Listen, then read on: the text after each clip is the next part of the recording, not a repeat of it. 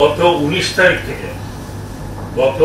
তারিখ থেকে আমার একদম পূর্ণ নলেজে ডিজি শিপিং এর মাধ্যমে অনেকগুলো লাইটারেজ তারা মালপত্র নিয়ে এদিকে ওদিকে বসেছিল এবং সেটা যেই মুহূর্তে লাইটারেজ খবর আসলো যে চিটাগং পোর্ট থেকে সেখান থেকে নেওয়া হয়েছে বিভিন্ন জায়গায় পণ্যগুলো আমরা জানি কি পণ্য ম্যাজিস্ট্রেট দিয়ে তাদেরকে ওখান থেকে বের করা হয়েছে, ফাইন করা হয়েছে।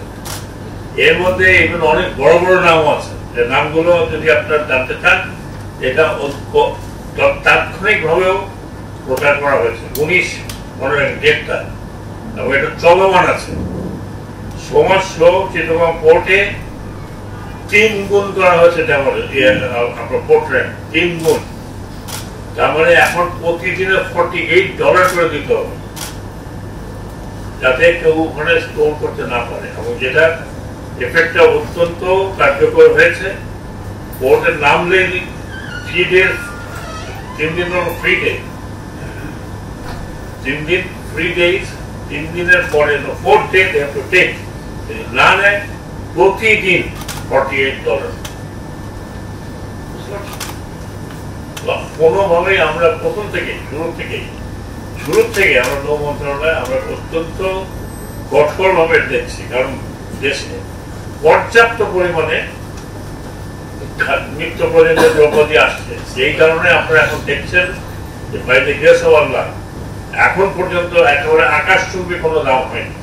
কিছু কিছু ভেজিটেবলের দাম আমরা জানি, কারণ আমরা বাজারে কিনি, বেগুন, তারপরে আরেকটা কি লেবু, শসা, এটা প্রতি বছরই এরকম করে। আর এখন যেহেতু সিজন শেষ হয়ে আসছে, তারপরেও ভোক্তা অধিকার অন্যান্য সংস্থাগুলোর মধ্যে লেগে আছে। শাকসবজির দাম বাড়েনি, আমি তো নিজে বাজার করে আপনাদের বিশ্বাস হয় না, আমার সাথে জানবেন, আমি নিজে করতে বাড়াচ্ছি। শাকসবজির দাম বড় যা ছিল তাই, একটা খালি পেপারের দিকে ভোজ্য তেলে কিছু কিছু উদ্যোগ লুকিয়েছে, সেটা ডেফিনেটলি এটা সরকার দেখছে।